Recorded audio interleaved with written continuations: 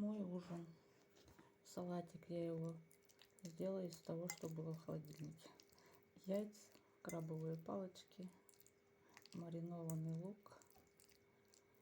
Что еще сюда положила? Укроп. Заправила майонезом, сметанки чуть-чуть.